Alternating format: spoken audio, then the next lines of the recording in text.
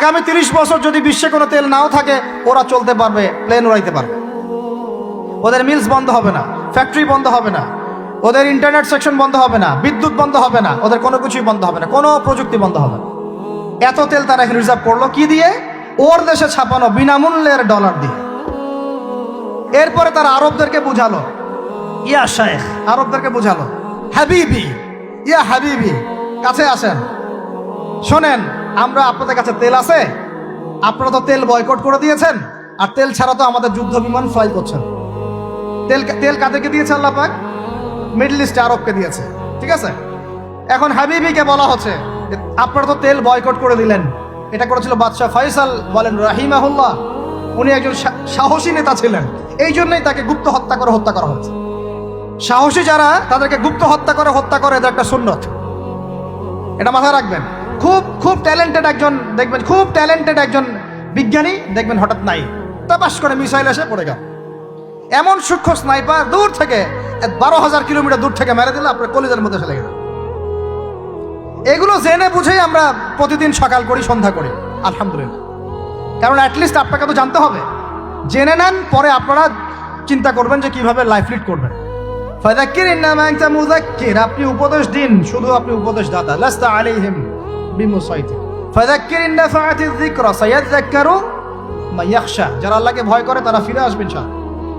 তো যেটা বলছিলাম, বাদশা ফয়সাল একদম বয়কট করে দিলেন। এবার ওরা এসে বুঝাচ্ছে যে তেল ছাড়া তো আমাদের চলছে না। এদিকে ওদের ডলারের মান কমে যাচ্ছে, মুদ্রাস্ফীতি হচ্ছে, ইনফ্লেশন হচ্ছে। এখন তারা বোঝালো যে ঠিক আছে, একটা চুক্তি করা যাক। যুবকরা ভালো করে শোনেন, এগুলো জানেন না বলেই অনেক সময় আপনি সহি বলে সহি ভুল পথে যাচ্ছেন। ভাই, সহি পথেই যাচ্ছেন, বাট এটা সহি ভুল হয়ে যাচ্ছে। ওরা বুঝাতে পারছি?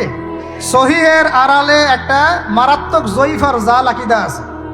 এটা আপনার সামনে সহি দিয়ে ঢেকে দেওয়া হয়েছে, বুঝতে পারতেছেন না। এই জায়গাটাকে ভালো করে বোঝেন। যখন উম্মর সাথে কেউ গাদ্দারি করে তখন সে সহি থাকে না। উম্মতের সাথে কেউ যদি গাদ্দারি করে তখন সে কি থাকে না? সহি থাকে না। এখন আসেন, আমি ধর্মতাত্ত্বিক কথা বলছি আগে। এখানে বাদশা ফয়সাল তাকে কনভিন্স করা হলো, ঠিক আছে আমরা তেল কিনবো, আপনাদের কাছ থেকে কিনবো, আপনাদের গলফ কান্ট্রি যেগুলো আছে এদের কাছ থেকে কিনবো। তবে একটা শর্ত, আপনারা তেল বিক্রি করবেন শুধু মার্কিন ডলারে, অন্য কোনো কারেন্সিতে তেল বিক্রি করতে পারবেন না। বলেন নাউজুবিল্লাহ। আপনি বাংলাদেশ গভর্নমেন্ট যদি গিয়ে এক ব্রিফকেসের মধ্যে 1 কোটি টাকা নিয়ে যায়, বুঝেন কথা, বুঝতে পারতেছেন?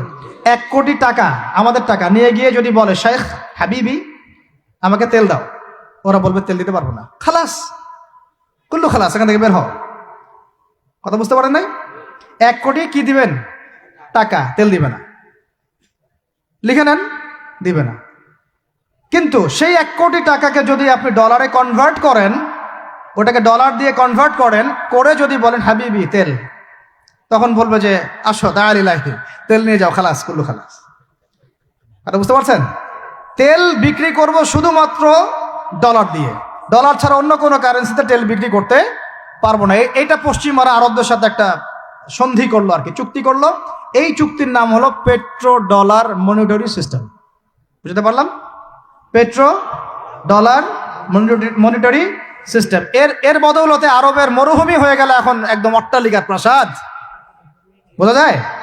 মরুভূমিগুলো হয়ে গেল কি অট্টালিকার প্রাসাদ, আর বাকি পুরো মুসলিম উম্মার উপর দেখেন কি দুরবস্থা নেমে আসছে। শুধু তাই না, ওই ডলার হলো একদম লিডার, কারেন্সির লিডার। এখন ওই ডলার তেলের মান নির্ধারণ করবে, আপনি টাকা দিয়ে করতে পারবেন। সারা বিশ্বের সবচেয়ে বড় অর্থনৈতিক জুলুম হচ্ছে এই পেট্রো ডলার মনিটরি সিস্টেম। এর চেয়ে বড় কোনো জুলুম হয়নি অর্থনৈতিক জীবনে।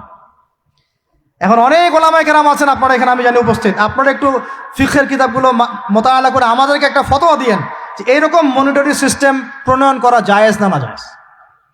এটা আপনারা ফতোয়া দিয়েন, আমি ফতোয়া দিতে পারবো। আমি অর্থনৈতিক ভাষায় বলতেছি যে এই মনিটরি সিস্টেমটা পুরো বিশ্বে জুলুম নিয়ে আসছে। এখন আদতে, এখন শোনেন এই অংশটুকু শোনেন, তারপরে আমি শেষের দিকে চলে আসতেছি। আদতে এতে পশ্চিমাদের লাভ কি হয়েছে শোনেন। আমার কাছে এই যে ডলার, এটা আমি ছাপাই আমার দেশে, আমার কারখানায়। আমার খরচ হচ্ছে কাগজ, আমার খরচ হচ্ছে মেশিন, আমার খরচ হচ্ছে কালি। বোঝা যায়? বোঝা যাচ্ছে? আচ্ছা, এখন সেটা আমি বানালাম, ছাপালাম, গিয়ে আমি আরবকে দিলাম, তেল দাও।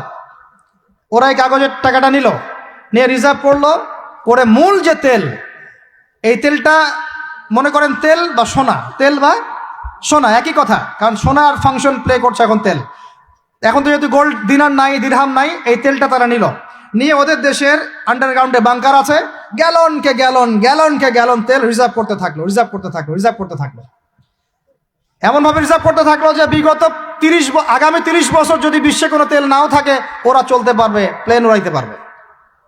ওদের মিলস বন্ধ হবে না, ফ্যাক্টরি বন্ধ হবে না, ওদের ইন্টারনেট সেকশন বন্ধ হবে না, বিদ্যুৎ বন্ধ হবে না, ওদের কোনো কিছুই বন্ধ হবে না, কোনো প্রযুক্তি বন্ধ হবে না। এত তেল তারা এখন রিজার্ভ করলো কি দিয়ে? ওর দেশে ছাপানো বিনামূল্যের ডলার দিয়ে। এবং সেই ডলারটা আমরা নিলাম, নিয়ে আমরা মাশাআল্লাহ অট্টালিকা নির্মাণ করলাম, আর মনে করলাম যে মাশাআল্লাহ আমি তো খুব ধনী হয়ে গেলাম, সমৃদ্ধি অর্জন করলাম।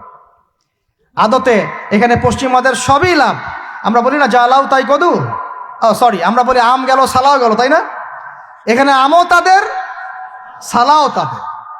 আদতে আমাদের কিছু নাই। আপনারা হাসতেছেন, কিন্তু এইটা হচ্ছে সারা বিশ্বের সবচেয়ে বড় জুলুম।